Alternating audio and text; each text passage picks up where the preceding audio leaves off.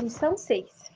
Qual o propósito das línguas? Textos bíblicos. 1 Coríntios 14, do verso 2, 4 e 13. Gálatas, capítulo 5, versículo 22 e 23. Verdade central. Falar em outras línguas é uma maneira sobrenatural de nos edificar espiritualmente por meio da comunicação com Deus. Ao escrever à igreja em Corinto, Paulo encoraja os cristãos a falar em mistério na sua vida particular de oração e oferece várias razões para isso. Em 1 Coríntios 14, do verso 2, 4 e 13, fala. Verso 2. Porque o que fala língua estranha não fala aos homens senão a Deus, porque ninguém o entende, e em espírito fala dos mistérios. Versículo 4. O que fala língua estranha edifica a si mesmo, mas o que profetiza edifica a igreja. Versículo 13. Pelo que o que fala língua estranha, ore para que a possa interpretar.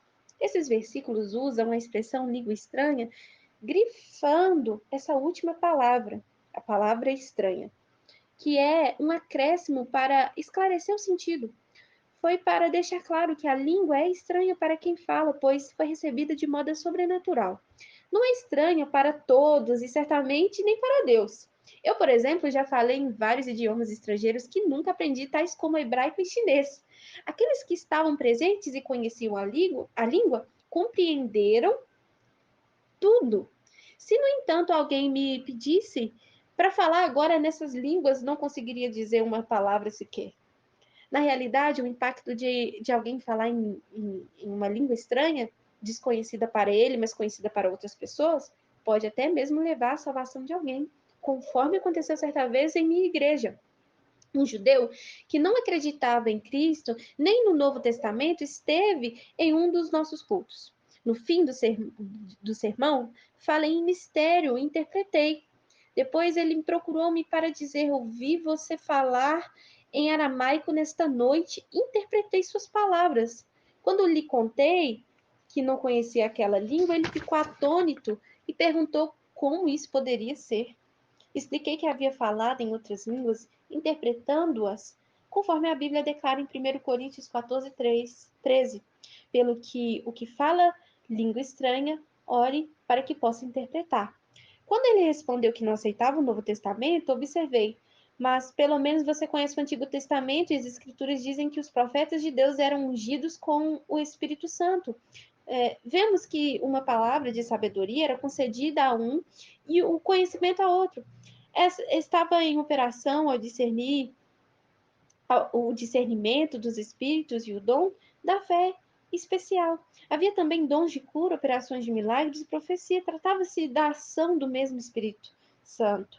Embora naquela dispensação pessoa alguma falasse com o dom de línguas, nem as interpretasse. As línguas e a interpretação foram estabelecidas na nova aliança. O judeu queria ver pessoalmente esses dons do Antigo Testamento alistados no Novo, de modo que abri a minha Bíblia e li para ele. Ele ficou muito impressionado ao ver a demonstração desse dom de línguas com interpretação e por encontrar tudo descrito na Bíblia, que prometeu voltar aos cultos. Queria aprender mais a respeito do Evangelho de Jesus, o Messias. Alguns acreditam que todas as vezes que alguém fala em outras línguas está orando. Pensam também que a interpretação realmente é profecia. Mas tratava-se de uma manifestação das línguas e da interpretação. Se eu estivesse simplesmente orando, aquele judeu teria sabido disso porque conhecia o idioma. Eu não estava orando, no entanto, mas ministrava a congregação ao falar em mistério com a devida interpretação. Subtítulo: Línguas para edificação.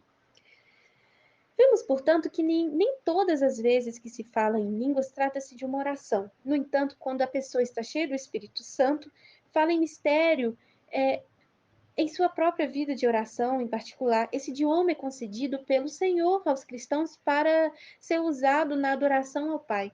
O que fala língua estranha edifica-se em si mesmo. Em 1 Coríntios 14, 4 diz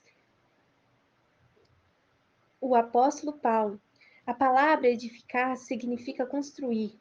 Os estudiosos do grego apontam para uma palavra em nossa linguagem moderna que é bem próxima ao significado original do que a palavra edificar. Trata-se da expressão carregar, empregada no sentido de carregar uma bateria. Uma tradução mais literal seria: o que fala em outra língua edifica, constrói ou carrega a si mesmo como uma bateria. Esse meio maravilhoso e sobrenatural de edificação espiritual não é apenas para uns poucos filhos de Deus, é para todos eles. Note também que esse carregar ou construir a si mesmo não é nem edificação física, nem mental, mas espiritual. Paulo explicou. Porque se eu orar em língua estranha, o meu espírito ora bem, em 1 Coríntios 14:14. A Bíblia ampliada acrescenta: meu espírito, pelo Espírito Santo dentro de mim. Ora, mas a minha mente é improdutiva. Logo, falar em mistério não é edificação mental, mas espiritual. Porque o que fala língua estranha não fala aos homens senão a Deus, porque ninguém entende. 1 Coríntios 14:2. Neste texto, Paulo não se refere à variedade de línguas, de ministrar em mistério diante da Assembleia Pública, mas esclarece sobre o uso do idioma dos anjos na vida da oração. E em espírito fala de mistérios. 1 Coríntios 14:2. Sobre os acontecimentos na casa de Cornélio, quando ele e seus convidados começaram a falar em línguas, a Bíblia diz: pois os ouviam falando em línguas e engrandecendo a Deus. Atos 10:46. Falar em mistério é um modo sobrenatural de engrandecer o Todo-Poderoso. Subtítulo: o fruto do Espírito no crente. Gálatas 5:22-23 diz: mas o fruto do Espírito é amor, alegria, paz, longanimidade, benignidade, bondade, fidelidade, mansidão, domínio próprio. Contra essas coisas não há lei. Alguns argumentos. Mas muitas pessoas que falam em línguas não têm o fruto do Espírito como deviam ter. Entretanto, o fruto a respeito do qual Paulo fala no contexto de Gálatas não é o mesmo do batismo no Espírito Santo. Mas o que deve existir na vida de todo cristão como resultado de ter nascido de novo e pelo fato de experimentar o renascimento do espírito humano, o espírito nascido de novo produz coisas boas. Pois Jesus afirmou: eu sou a videira, vós as varas. João 15:5. O fruto cresce no ramo da mesma maneira como pode ser visto no Filho de Deus renascido em seu interior a partir da vida que há em Cristo. O primeiro fruto mencionado em Gálatas 5:22 é o amor. Aqueles que receberam o batismo no Espírito Santo não têm necessariamente mais amor do que os demais cristãos.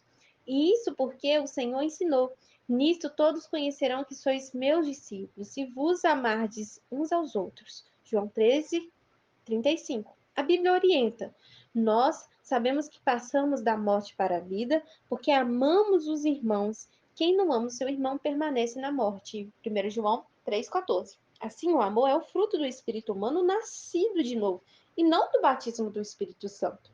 Outro fruto alistado no capítulo 5 de Gálatas é a paz. Depois de receber o batismo no Espírito Santo, não tive mais paz do que já possuía antes. Sendo, pois, justificados pela paz, pela fé, temos paz com Deus por nosso Senhor Jesus Cristo, em Romanos 5:1. Se cristãos imaturos não produzem frutos, é porque ainda não cresceram. Afinal de contas, não esperamos que uma mudinha de árvore dê frutos. O fruto leva um tempo para crescer. Mesmo assim, aquele cristão imaturo pode receber a plenitude do Espírito Santo e ter poder na sua vida. Os coríntios eram imaturos e Paulo os exortou.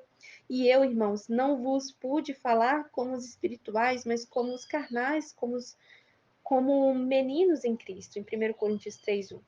Mas ele também disse: de maneira que nenhum dom vos falta. 1 Coríntios 1:7. Note também que o fruto do Espírito é para a santidade. ao passo que o batismo no Espírito Santo é para poder.